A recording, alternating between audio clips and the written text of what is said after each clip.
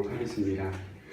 사실 오늘 본문 전체를 읽어보면 어리석은 자보다 지혜로운 자가 낫다라는 말씀으로 그 중심을 가지고 말씀을 풀어가고 있습니다. 전도서는 처음부터 끝까지 어리석은 인생과 지혜로운 인생을 설명하고 있는 책이라고 봐도 과언이 아닙니다.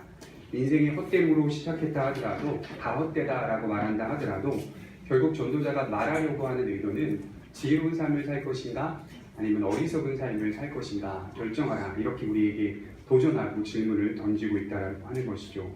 인간이 추구하고 바라고 성취하는 모든 것들이 헛되다라고 하는 것을 강조하면서 지혜롭게 살기를 강하게 말하고 있습니다. 왜 인생이 전반적으로 헛된 것일까요?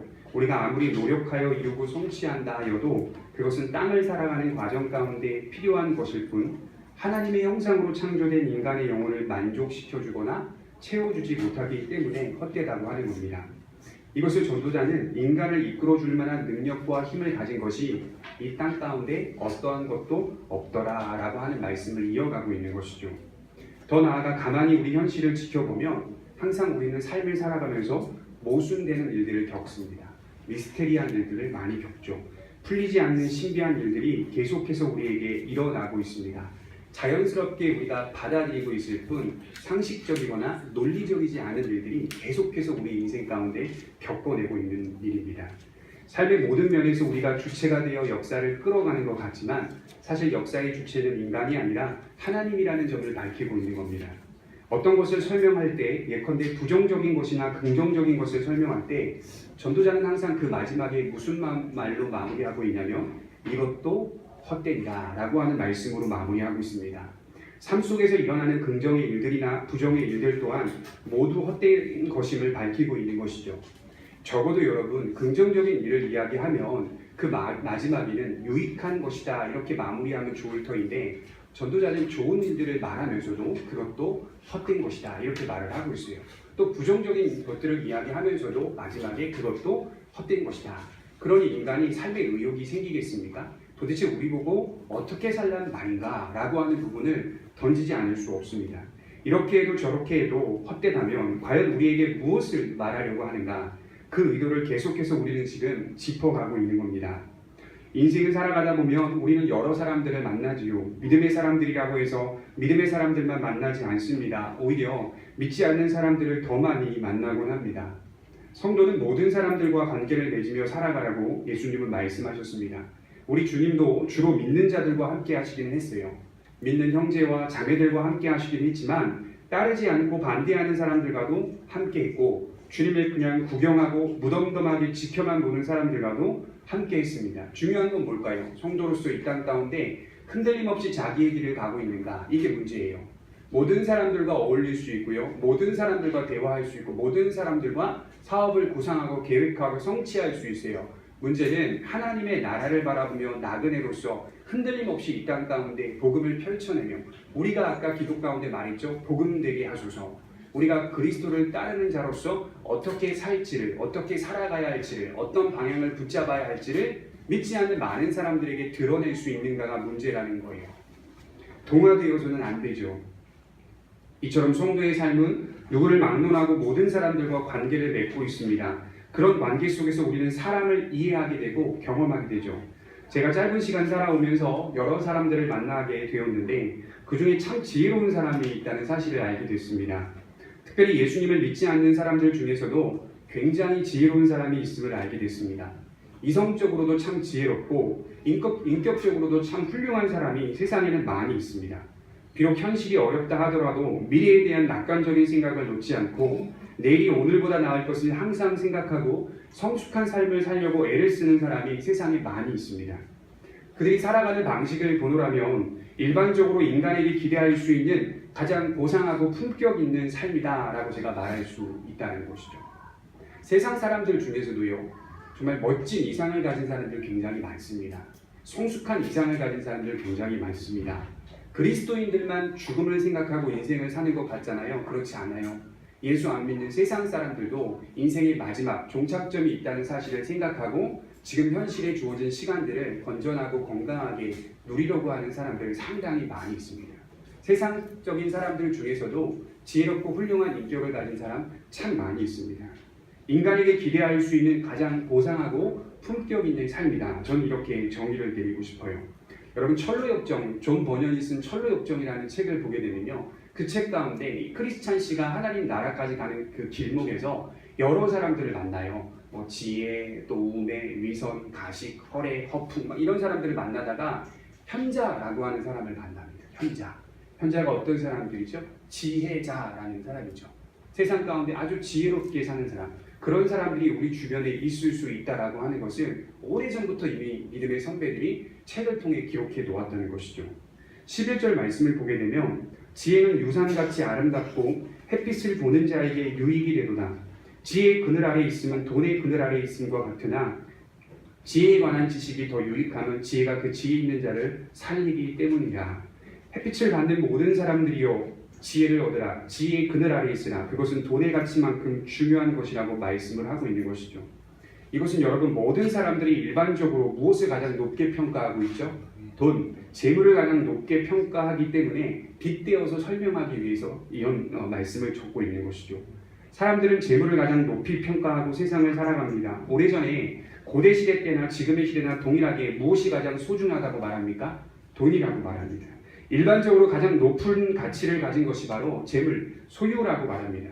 그렇기 때문에 세상 사람들이 생각하는 방식대로 빗대어 설명하면서 지혜를 소유하는 것이 돈의 그늘에 있는 것과 같다, 이렇게 아주 직설적으로 말하고 있어요. 전도자의 본심을 볼 수 있는 대목이 나오는데요. 전도자 자신은 재물의 가치를 매우 낮게 보지 않았습니다. 과소평가하지 않았어요. 돈을 과소평가하지 않았어요. 돈이 필요 없다고 말하지도 않았어요.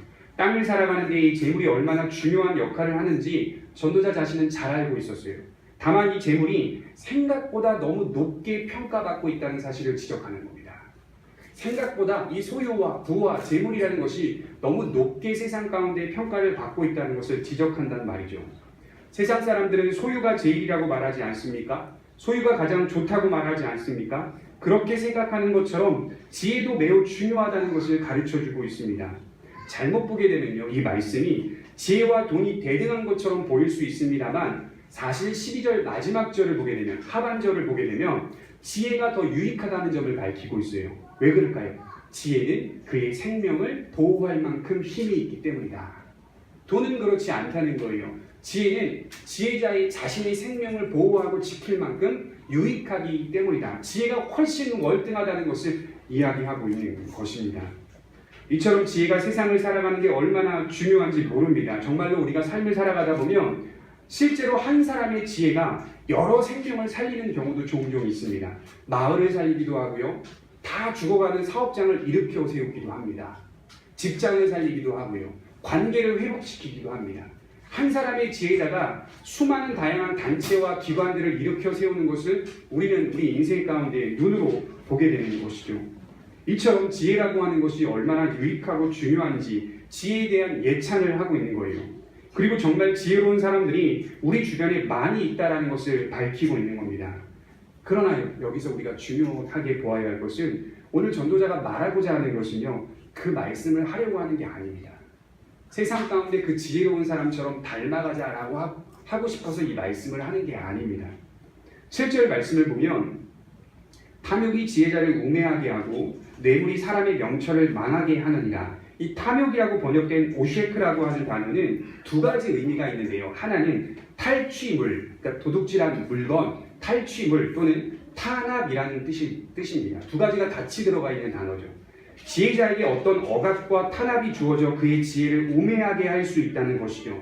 강한 권력의 물리적인 탄압과 강압을 받으면 지혜자도 별 수 없이 무엇이 될까요? 우매자가 될 수 있다는 말이에요.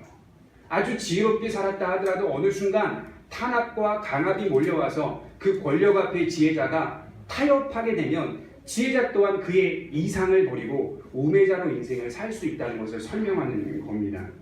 또한 더 나아가서 지혜자가 만일 탐욕의 맛을 알게 되면, 뇌물의 맛을 알게 되면 우매자나 별반 다를 게 없는 삶을 살아가게 된다는 것이죠. 남의 것을 빼앗아 먹는 것을 좋아하고 뇌물을 좋아하는 정신을 잃은 어리석은 자가 된다고 말하고 있는 겁니다. 이렇게 돼버리면 지혜자나 우매자나 별반 다를 게 없다는 것을 설명하는 것이죠. 전도자는 또 한 번 삶의 허무감을 느끼고 있습니다. 신뢰할 만한 사람이 있었어요. 인생을 살아가면서 저 사람 참 믿을만하고 저 사람 참 지혜로운 사람이고 저 사람 참 의지할 만한 사람이라 갑작스럽게 변하는 거예요. 그 사람 지혜자라고 생각하고 그를 의지하고 기대고 의존했는데 갑작스럽게 변합니다. 무엇이 변하게 만들었다는 거예요? 탐욕이. 탐욕의 맛을 알게 되니까 그동안의 멋지고 훌륭한 이상을 버리고 똑같이 어리석은 자처럼 삶을 살게 되더라. 이게 인생이 보여진다는 거예요. 탐욕으로 인해 지혜자에서 우매자로 한순간에 사람은 바뀔 수 있다는 것을 설명하는 겁니다. 누구를 말하는 걸까요, 지금? 전도자 자기 자신을 말하는 거예요. 자기 인생을 살면서 자기 자신을 되돌아보니 자기가 이랬다. 가장 지혜로운 사람이 누구겠어요? 솔로몬 아니겠어요? 솔로몬 자신을 돌아보더니 한순간에 자기가 바뀔 때가 많이 있다는 것을 경험하게 된 것이죠. 자신의 삶을 똑바로 본 겁니다. 때로는 지혜자로 섰는데 때로는 뇌물을 먹는 것을 좋아하고 이방 여인을 사랑하고 우상의 산당을 만드는 일관성 없는 자신을 본 것입니다. 그리고 자신의 삶이 얼마나 망가졌는지 하나님을 떠나고 자신을 믿고 살았던 그 시간 속에서 무슨 일이 벌어졌는지 깊이 생각해 보게 된 것이죠. 사실 전도서를 쓰게 될 때 전도자는요, 많이 넘어지고 나서 돌아오면서 쓰게 된 거예요. 하나님을 떠나고 하나님을 불신하고 멀리 자기 마음대로 인생을 살다가 비로소 회개하고 돌아와서 전도서라고 하는 책을 쓰게 된 것이죠. 우리 열왕기상 3장 16절을 한번 보겠습니다. 열왕기상 3장 16절입니다.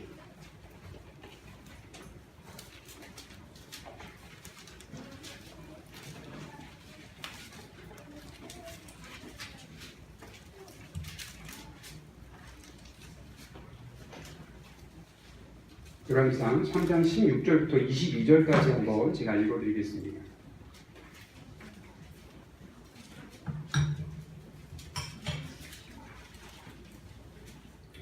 이 전도자의 현역 시절에 얼마나 지혜로웠는지 설명하고 있는 내용입니다.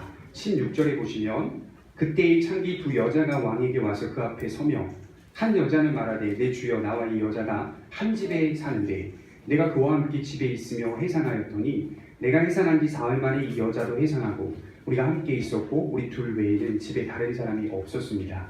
그런데 밤에 저 여자가 그의 아들 위에 누움으로 그의 아들이 죽으니 그가 밤중에 일어나서 이 여종 내가 잠든 사이에 내 아들을 내 곁에서 가져다가 자기의 품에 누이고 자기의 죽은 아들을 내 품에 누였나이다. 아침에 내가 내 아들을 젖먹이려고 일어나 본즉 죽었기로 내가 아침에 자세히 살펴보니 내가 낳은 아들이 아니더이다 하며 다른 여자는 이르되 아니라 산 것은 내 아들이요 죽은 것은 너 아들이라 하고 이 여자는 이르되 아니라 죽은 것이 내 아들이요 산 것이 내 아들이라 하며 왕 앞에서 그와 같이 쟁론하는지라.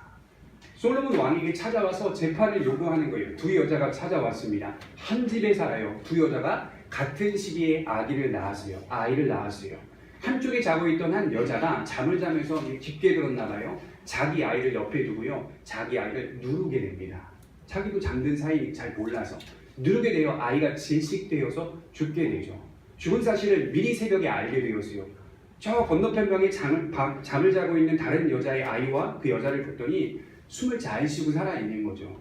죽은 아이를 가져다가 그 건너편에 있는 아이와 바꾸치기를 합니다. 태어난 지 얼마 되지 않은 아이들이 다 비슷하게 생긴 거 아시죠? 비슷하잖아요. 바꾸치기를 해요. 그리고 나서 건너편에 있는 그 아기의 어머니가 일어나서 보았더니 죽어있는 거예요. 아침에. 처음엔 자신의 아들이 죽은 줄 알았는데 가만히 살펴보니 내가 낳은 아들이 아니라는 거죠. 금세 엄마는 알잖아요. 내가 낳은 아기인지 아닌지를 알잖아요. 물론 헷갈리는 경우도 있지만 그럼에도 서로 계속 우기고 싸우는 거예요. 그러면 왕 앞에 가서 재판을 요구하고 왕에게 판결을 구하자 같이 가게 되는 거죠. 그때 왕이 어떤 판결을 내리는지 아십니까? 서로가 내 아들이다 아니다 내 아들이다 서로가 우기고 싸우니까 칼을 갖고 와라. 칼을 갖고 오고 신하에게 명령합니다. 반을 쪼개서 반씩 나누어 주라. 이렇게 말했더니요. 진짜 어머니가 눈물을 펑펑 흘리면서 저 아줌마한테 주라. 죽이지만 마옵소서. 저 여인에게 주소서. 눈물을 펑펑 흘리면서 죽이지 말라고 이야기를 하는 거죠. 건너편에 있던 이 어머니는 이야기하는 거예요. 그래요 왕이시여 좋습니다. 누구에게도 갖지 못하게 하소서. 반반 나눠서 공평하게 주시옵소서. 이렇게 요구하는 거죠. 왕이 뭐라고 할까요? 진짜 어머니는 이 사람이다. 그렇게 판결을 했어요. 여러분 열왕기상 3장 마지막 절을 한번 보세요. 28절. 사람들이 이 판결을 보고 이렇게 말해요. 온 이스라엘 백성들이 왕이 심리하여 판결함을 듣고 왕을 두려워하였으니 이는 하나님의 지혜가 그의 속에 있어 판결함을 봄이더라. 이 판결 하나로 모든 백성들이 솔로몬 앞에 벌벌 떨게 되었다는 거예요. 하나님의 지혜가 있는 사람이라는 것을 인정하고 두려워하게 되었다는 거예요. 지금 무슨 말씀을 하는 거예요? 그만큼 지혜롭게 인생을 살았던 솔로몬이 어느 날 갑자기 탐욕의 맛을 알게 되었더니 우매자가 되었다는 거예요. 이방 여인들을 사랑하고 예루살렘의 수많은 하나님을 섬기는 그 제단 옆에 우상의 산당들을 만들었던 사람. 탐욕의 맛을 알게 되니 뇌물을 받게 되니 수많은 판결을 옳지 않게 했던 사람. 그런 사람이 자기가 돼버린 것이죠. 아, 지혜자에서 우매자로 한순간에 변하는 것이구나 라고 하는 이 허무감을 지금 느끼고 있는 겁니다. 8절을 한번 보세요. 일의 끝이 시작보다 낫고 참는 마음이 교만한 마음보다 나으니 시작보다 끝을 중요하게 여기며 지혜자로 살았는데 이상을 고귀하게 품고 인생을 열심히 살았는데 현실 앞에서 무너져 내리는 자기 자신을 목격하게 되는 겁니다. 여러분, 인생의 성공 여부는 뭘까요? 뭘로 판단할 수 있을까요? 가만히 제가 말씀을 준비하면서 생각해 보니까 그 사람의 인생의 성공 여부는 저는 이렇게 생각해요. 그가 세운 이상과 실천 능력이라고 생각합니다. 얼마나 인생 가운데 건전한 이상을 세우고 인생을 살았는가? 그 이상대로 실천하며 인생을 살았는가? 두 가지를 보면 그 사람이 성공한 삶을 살았는지를 확인할 수 있는 거예요. 소유를 다 떠나서 그 사람의 건전한 생각, 그리고 그 건전한 생각을 삶에 표출해내고 드러낼 수 있는 실천 능력이 그 사람에게 있는가? 이것을 통해 그 사람의 성공 여부를 확인할 수 있게 되는 것이죠. 얼마나 이상적인 생각을 갖고 인생을 살았는가? 그리고 그 이상으로만 머물지 않고 실천하며 살았는가? 이걸 보면 그 사람의 인생을 판단할 수 있습니다. 멋지고 훌륭하고 고귀하고 아름다운 이상을 가지고 사업을 이끌어냈는지, 직장을 이끌어냈는지, 가정을 이끌어냈는지, 정말 실천적으로 사업장과 직장과 가정과 관계들을 실천하며 이끌어냈는지 그것을 통해 보면 알 수 있는 거죠. 그 이상대로 도덕성과 윤리적인 삶을 펼칠 수 있는가? 그 실천 능력에 따라 그의 인생을 평가할 수 있게 되는 겁니다. 그러나 가만히 인간의 삶을 돌아보니 지혜자도 실은 별반 다르지 않다는 것을 말씀하고 있는 겁니다. 오늘 뭘 말하려고 하는 거냐면 이상과 실천 능력이 인간에게는 없구나, 이걸 발견한 거예요. 멋진 이상을 세울 수 있어요. 멋진 계획을 세울 수 있어요. 멋진 꿈과 멋진 소망을 가질 수 있어요. 그러나 실천할 능력이 인간에게는 주어져 있지 않다라고 하는 것을 발견한 겁니다. 권력의 위협과 억압 속에서 다른 이상과 꿈과 원칙을 비겁하게 포기하고 굴종하게 되고 권력과 돈에 맞들이게 되면 스스로 나서서 비굴하게 아부하는 인생이 되고 맙니다. 나름 사회적으로 칭송받았던 사람들이 한순간에 타락하는 것을 매일 우리는 자주 목격하게 되는 거죠.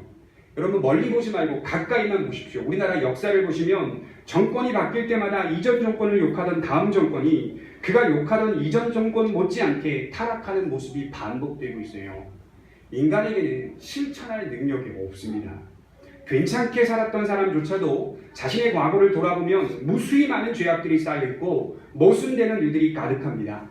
인간에게 고귀한 이상을 끝까지 지켜낼 도덕적인 실천 능력은 존재하지 않습니다. 조금 괜찮게 살 뿐이에요. 조금. 그걸 가지고 사람들이 막 축해 세워서 그 사람 얼마나 멋지게 살았는지 막 칭송하는 거예요. 그러나 따지고 까보면 다 거기서 거기. 조금 나은 거예요. 조금. 모든 인간은 거기서 거기입니다. 우리에게 근본적으로 인생을 고귀하고 아름답게 이끌어줄 만한 지혜의 능력이 있는가를 지금 묻고 있는 겁니다. 없다. 이런 현실을 목도한 사람에게 나타나는 것이 무엇일까요?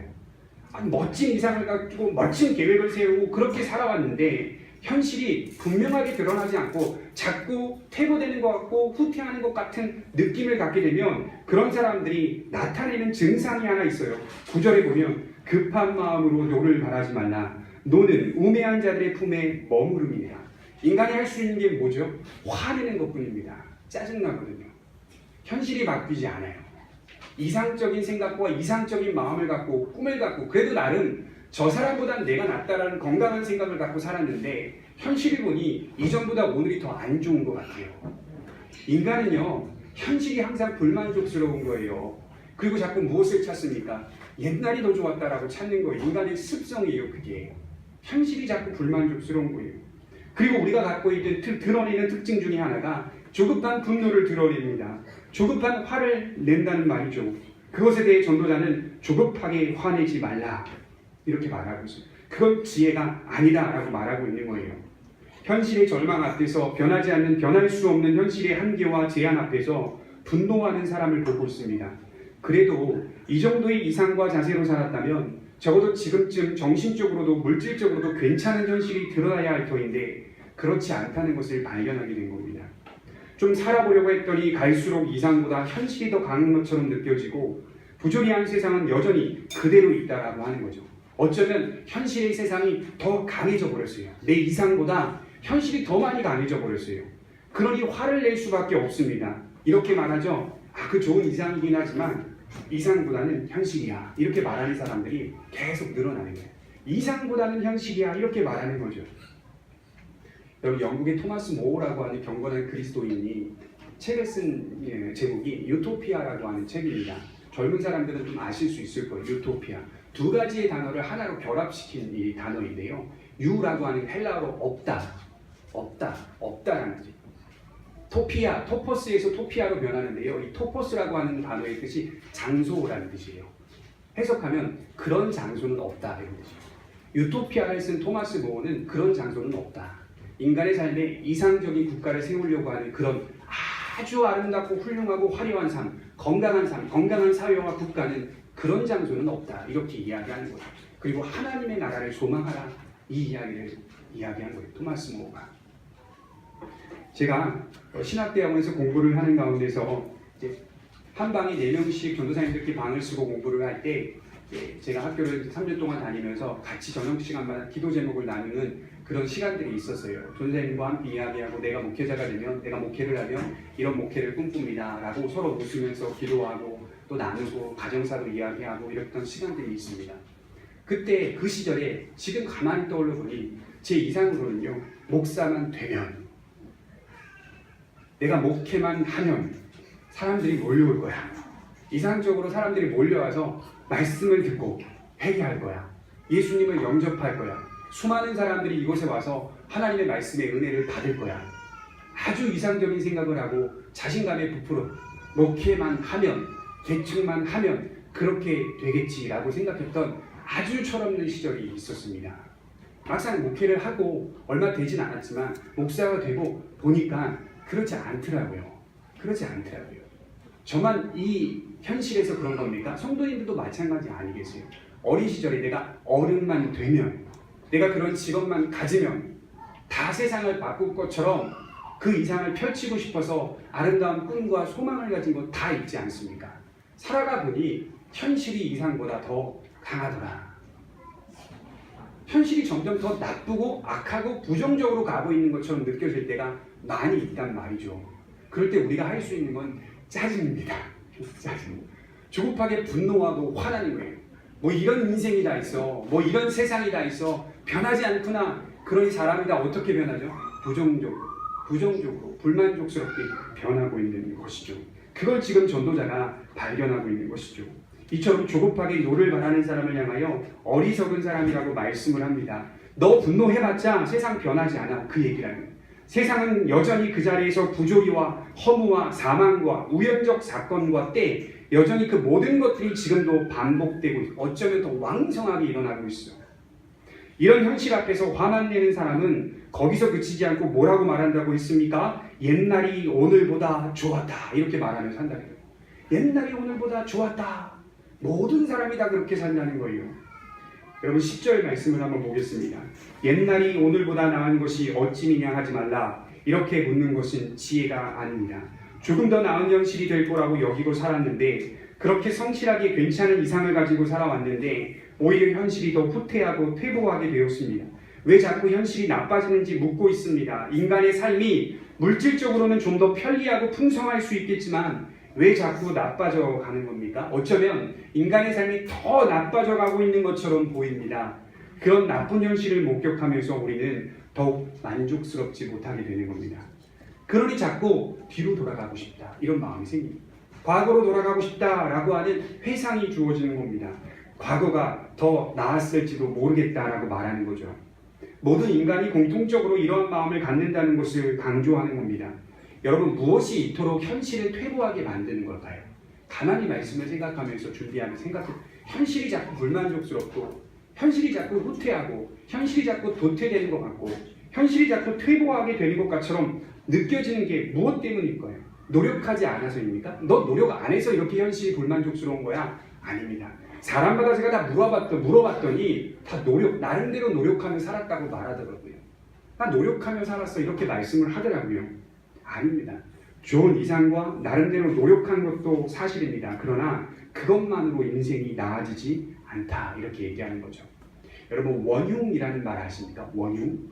못된 짓을 하게 하는 우두머리, 두목이라는 뜻이죠. 우리 인생을 좀먹고 무너뜨리는 원흉이 누구일까요? 원흉. 성경은 이것을 우리 자신이라고 말씀합니다. 인생을 좀먹고 무너뜨리는 것, 현실을 자꾸 무너뜨리고 현실을 자꾸 불만족스럽게 만드는 건 다른 사람, 다른 환경이 아니라 항상 역사 속에 우리 자신이었다, 원흉이었다 이렇게 말해요. 외적인 문제가 있는 것이 아니라 인간 안에 원흉이 들어있다 이렇게 말씀을 하는 거예요. 인간이 부패한 성품이 아름다운 인생을 만들어내지 못하게 하는 겁니다. 로마서 3장 10절을 한번 찾아보겠습니다. 로마서 3장 10절입니다.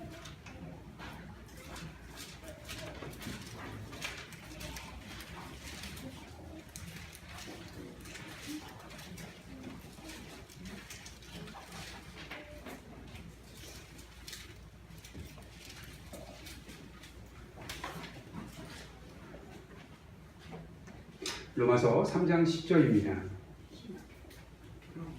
같이 한번 천천히 읽어보겠습니다. 시작. 기록된 바 의인은 없나니 하나도 없으며 깨닫는 자도 없고 하나님을 찾는 자도 없고 다 치우쳐 함께 모익하게 되고 선을 행하는 자는 없나니 하나도 없도다. 세상에 의인이 없습니다. 하나도 없고 다 치우쳐 있습니다. 의인만 없다면 그냥 의인이 없는 그 자리에 있으면 되는데 사람들이 재밌는 건 치우쳐 있다는 거예요. 치우쳐. 다른 것에 치우쳐서 집착하고 집중하고 있다고 말을 하는 겁니다. 선을 행하는 사람이 세상 가운데 과연 있겠는가? 선을 행할 만한 사람이 세상에는 없다라고 말합니다. 인간이 홀로 아무리 애쓴다 하여도 아무 소용이 없습니다. 그것은 인간 자신 안에 부패한 원흉이 들어있기 때문이다. 이렇게 말씀을 하고 있는 거죠. 더 나아가 인생은 여기서만 그치지 않아요. 우리 홀로 애쓴다 하여도 우리들이 손대지 못하는 어떤 영역이 있다는 사실을 매일 발견해요. 이상하게 인생 가운데 한계가 있고 이상하게 인생 가운데 모순이 있더라. 부조리가 있고 바꾸지 못하는 그 자리가 있더라. 기준이 있고 원칙이 있더라. 그게 어떤 영역이 있다는 거예요. 그것을 전도자는 인간이 좋든 싫든 모두 품에 안고 살아가는 것일 뿐이다. 제가 1장과 2장과 3장을 이야기하면서 그렇게 말씀드렸죠. 인간은 좋든 싫든 어떤 사건과 상황이 몰려오면 당하는 것뿐입니다. 그걸 극복해내는 게 아니라 당하는 것뿐이에요. 그걸 미크레 히브리어로 당하는 겁니다. 그리고 세상 사람들은 우연 이렇게 말하죠. 우연. 그냥 좋든 싫든 품에 안게 돼요. 누가 죽음을 맞이하면 제가 오늘도 장례식에 목사님 아내분이 젊은 또 사모님이 돌아가셔서 또 갈 건데요. 그렇게 오게 되면 당하게 돼요. 슬프지만 그걸 품에 안아야 돼요. 싫어요. 그러나 자연스럽게 하나님께서 그 모든 인생의 상황들을 품에 안도록 하셨어요. 인생을 품에 안도록 하셨어요. 얼마나 슬픕니까? 30대 초반밖에 되지 않은 분이 하나님 앞에 소천되었다. 더군다나 하나님의 귀한 사역을 해야만 하는 분이 그 전달에는 그보다 더 어린 분이 돌아가셨어요. 아이를 둘째 아들을 낳고 3일밖에 되지 않은 상황에서 돌아가셨어요. 아이는 신생아실에 그대로 있고요. 정신을 잃어버리고 있죠. 목사님들. 그럼에도 품에 안을 수밖에 없는 현실이 있다. 우리가 손대지 못하는 영역이 있다는 거예요. 우리 인생은 홀로 만들어내는 것이 아니라 우리가 주체가 아니라 역사의 진정한 주체가 있다는 것을 전도자는 발견하게 된 겁니다. 그리고 13절과 14절에 이렇게 결론 내리고 있어요. 하나님께서 행하시는 일을 보라. 하나님께서 굳게 하신 것을 누가 능히 곱게 하겠느냐. 형통한 날에는 기뻐하고 권고한 날에는 되돌아보아라. 이 두 가지를 하나님이 병행하게 하사 사람이 그의 장래일을 능히 헤아려 알지 못하게 하셨느니라. 역사의 진정한 주체가 누구입니까? 여기 보면 히브리어로 보라 이렇게 말하고 있거든요. 이 보라는 생각하지 말라는 거예요. 생각하지 말고 단순하게 펼쳐지고 있는 역사의 그림을 보라. 단순하게만 봐도 우리가 어떻게 할 수 없다는 사실을 발견하게 된다는 거예요. 보라. 펼쳐진 인생을 보라. 생각 깊게 하지 말고 그냥 보라. 인생 속에 종잡을 수 없는 일들이 계속해서 일어나고 있습니다. 근본적으로 하나님께서 정하신 원칙과 기준을 건드린 그것을 누가 곧게 필 수 있겠느냐? 인간에게 그런 능력과 실천의 지혜가 있을 수 있겠느냐? 이 말을 하는 거예요. 하나님이 한번 터치하신 것은 인간이 건드리거나 인간이 필 수 있는 것이 아니다라고 하는 것이죠. 하나님은 오늘도 하나님의 뜻대로 행하고 계십니다. 우리는 그걸 잘 몰라요. 저와 여러분들은 장래일을 예측하거나 맞추어낼 수 없습니다. 홀로 노력하셔도 어디 막 찾아다니셔도 장래일 맞추어낼 수 없어요. 장래일 무슨 일이 일어날지 모릅니다. 어떨 때는 형통한 일이 일어나고 어떨 때는 곤고한 일이 닥칩니다. 그럴 때 우리는 속수무책으로 당하기만 하는 겁니다. 그게 인생이라고 하는 거죠. 하나님은 인생 속에 형통과 곤고를 한 번씩 주거니 받거니 하며 섞어서 오게 하신다는 거예요. 내 인생이 앞으로 현실 가운데 형통한지 곤고한지 알아맞힐 수 없습니다. 이 일이 번갈아 닥칩니다. 닥치는 대로 살 수밖에 없습니다. 인간은 어떻게든 미래에 무슨 일이 일어날지 알아맞히려고 온갖 재물을 써서 찾아다니지만 그런 일은 일어나지 않습니다. 왜냐? 하나님이 허락하지 않으셨기 때문이에요. 장래를 못 맞추게 하셨기 때문이에요. 우리는 알 수 없습니다. 왜 이런 인생이 우리에게 주어진 것일까요? 그럼 우리는 어떻게 이런 인생을 극복할 수 있을까요? 첫 번째는 그런 인생을 목격하면서 인생이란 원천적으로 외적인 어떤 한계가 있구나라는 사실을 발견하셔야 합니다. 원천적으로 외적인 한계, 우리가 건드리지 못하는 외적 한계가 있구나. 두 번째로는 더 재밌는 게 뭔지 아십니까? 외적인 한계뿐만 아니라 우리 존재의 한계도 있구나. 얼마나 한계가 많아요. 외적인 한계도 있지만 우리 존재의 한계도 있구나라는 사실을 알려주시기 위해요. 그래서 무엇을 끌어내려고 하십니까? 역사의 주체가 인간이 아니다. 역사의 주인공이 인간이 아니다라고 하는 것을 말씀하시는 겁니다. 여러분, 우리는 오늘도 참 신기하게 자유의지를 가지고 살아갑니다. 우리가 가진 자유의지는 누구도 건드리지 않습니다. 더 나아가서 하나님도 우리의 자유성을 건드리지 않는다고 하셨어요. 자유의지를 건드리지 않으세요. 자유로운 선택을 합니다. 건물도 짓습니다. 계획도 세웁니다. 온갖 고민과 결정을 합니다. 그런 것들을 통해 우리는 역사의 주체가 우리라고 여기겠지만 하나님은 그러한 것들을 하나님의 형상으로 주셨을 뿐 역사의 주체는 하나님이시라는 점을 강조하시는 겁니다. 자유를 건드리지 않으면서 하나님이 역사의 주체라는 점을 계속해서 밝히고 있는 거예요. 밝히고 있는 거예요. 왜? 원천적인 외적 한계를 통해 느껴지게 되는 거예요. 내 존재의 한계를 느끼고 경험하면서 알게 되는 거예요. 자유를 가졌지만 그 자유로 무엇을 만들어낼 수 있는 존재와 인생이 될 수 없구나라는 것을 알게 되는 거죠. 혹시 몽학선생이라는 말 아십니까? 갈라디아서에 보면 바울이 이를 처음 사용했는데요. 이 몽학선생이라는 말이 율법이 우리를 그리스도께로 인도하는 몽학선생이 된다라고 말씀하였습니다만 저는 조금 더 오늘 말씀대로 이렇게 번역하고 싶어요. 더 넓게 이러한 인생이 원천적으로 한계와 제한이 있는 이 인생이 몽학선생이 되어 우리로 하여금 하나님을 바라보게 만든다. 그래서 하나님이 그 자리에 계시는구나. 그래서 하나님의 존재가 있고 하나님의 살아계심이 있구나. 우리에게 없다면, 원인이 우리에게 없다면 하나님께 내 인생을 맡겨드리자. 여러분, 성도에게는 이러한 인생이 아무런 문제가 되지 않습니다. 우리는 매일 그의 뜻을 물으며 우리의 길을 주께서 인도하여 주시기를 부탁하고 물으며 지금 살고 있습니다. 그리고 우리는 당장 내일 우리가 어떻게 될지 알 수 없으나 알려주신 약속을 믿습니다. 목사님, 그럼 우리 인생 어떻게 됩니까? 대답할 수 있죠. 당장 내일 무슨 일이 일어날지는 알 수 없지만 그건 허락되지 않았지만 마지막 때에 마지막에 하나님의 약속에 따라 모든 것들이 어떻게 이루어질지는 성경을 통하여 약속되어지고 기록되어 있기 때문에 그것은 제가 이야기해 드릴 수 있어요. 완성된 그 나라, 완성될 구원, 그 약속과 진리에 대해서는 구체적으로 설명해 드릴 수 있어요. 목사님, 내일 빈대떡을 먹어야 합니까? 콩나물국밥을 먹어야 됩니까? 그건 제가 말씀드릴 수가 없는 거예요. 그러나 성경이 얘기하고 있는 것은 어떤 목표와 어떤 인생과 어떤 방향을 잡고 살아갈 때, 어떤 믿음을 갖고 살아갈 때 마지막 때에 어떻게 펼쳐질지는 분명하게 보여주셨습니다. 그래서 종교개혁자들은 성경이 이야기하는 데까지만 가고 성경이 멈추라 할 때 멈추는 그것이 곧 믿음이다, 이렇게 말씀을 했던 거예요. 은혜로운 하나님께서는 우리가 믿고 의지하고 실천할 수 있을 정도에는 분명하게 성경을 통하여 보여주셨습니다. 무엇을 붙잡고 무엇을 의지하며 살아가야 할지는 분명하게 보여주셨습니다. 그러니 우리는 이런 인생 앞에 극복할 수 있는 거예요.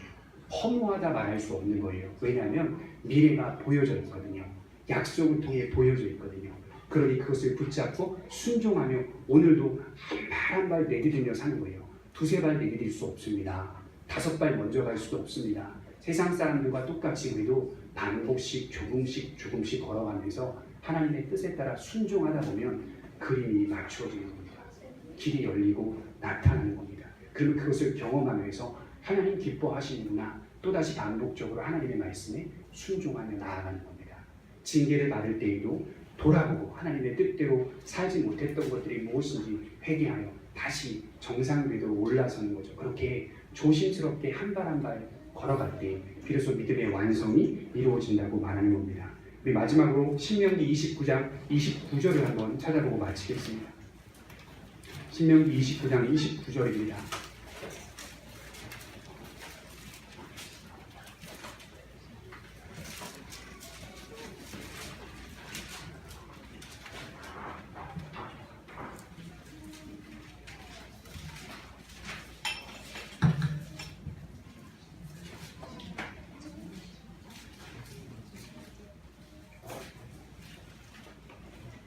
신명기 29장 29절 말씀을 같이 한번 읽어보도록 하겠습니다. 천천히 읽겠습니다. 시작. 감추어진 일은 우리 하나님 여호와께 속하였거니와 나타난 일은 영원히 우리와 우리 자손에게 속하였나니 이는 우리에게 이 율법의 모든 말씀을 행하게 하심이니라. 여러분, 나타난 일을 가지고 살아가시는 성도가 되시기 바랍니다. 감추어진 일을 캐내려고 하지 마세요. 감추어진 일은 하나님께 속한 것이고 나타난 일은 우리에게 속한 겁니다. 나타난 일이 무엇입니까? 하나님의 말씀을 통하여 지켜내는 것, 말씀을 통해 살아가는 것, 그것이 오늘 우리에게 주신 하나님의 은혜의 선물인 것이고 기도하도록 하겠습니다. 살아계신 하나님 감사합니다.